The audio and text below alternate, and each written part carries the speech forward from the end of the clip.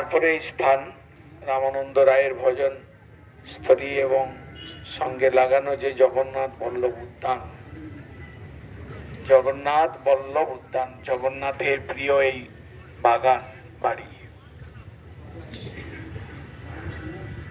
মহাপ্রভু কোন সময় ভাবাবিষ্ট হয়ে বলেছিলেন, আনের হৃদয় মন মোর মন বৃন্দাবন, মনে বনে এক করি জানে।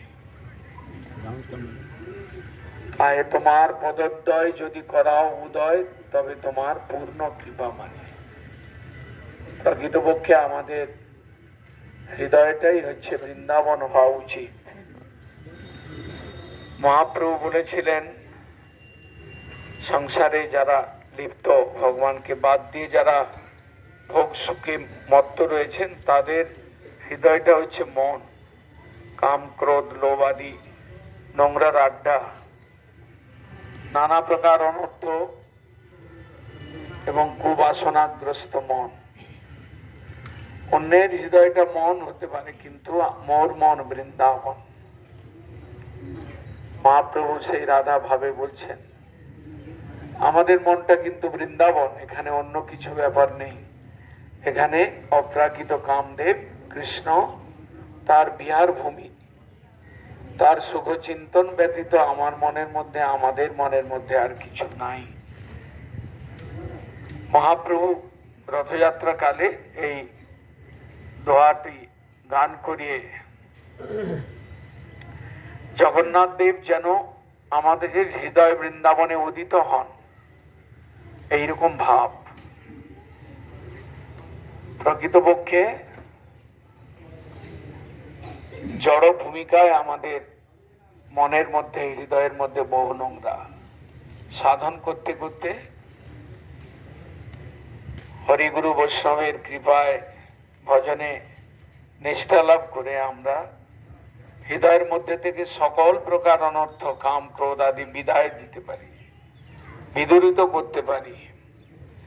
সেই মনটা যখন নানা প্রকার বাসনাগ্রস্ততা থেকে মুক্ত হয়, তখন ক্রমে ভজন করতে করতে হৃদয়টা চিন্ময়ত্ব লাভ করে।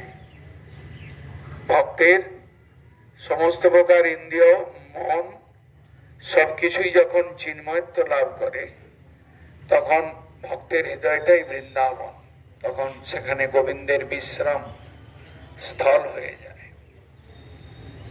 যত প্রকার কামনা বাসনা আমাদের মনের মধ্যে খিলপিল করতে থাকে, সেই কামনা বাসনার নোংরার মধ্যে ভগবান আসেন না।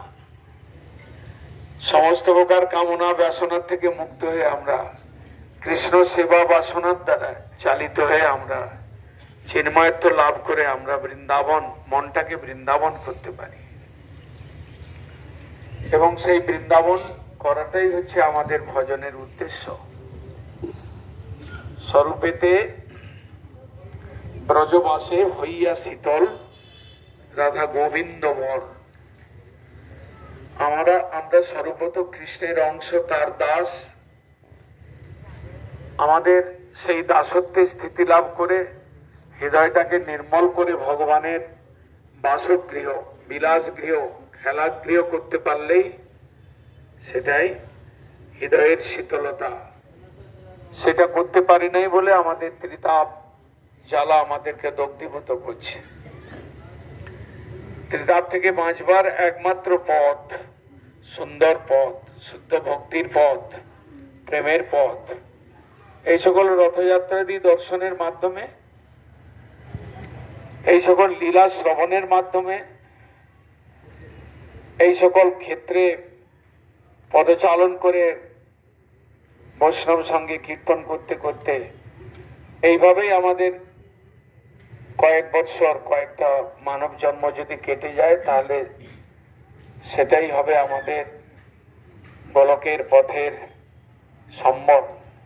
ক্রমে আমরা গোলকের দিকে এগোতে পারি। এই সকল কথা, এই সকল ভাব, এই সকল লীলার তাৎপর্য সকলে বুঝতে না পারলেও নিজ নিজ অধিকারে যখন সাধু সঙ্গে পড়েছেন, কিছু না কিছু লাভ কুড়াবেন।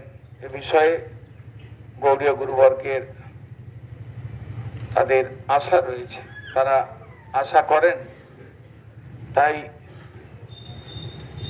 গৌড়ীয় মঠ রূপ বাগান সাজিয়ে দিয়ে গেছেন।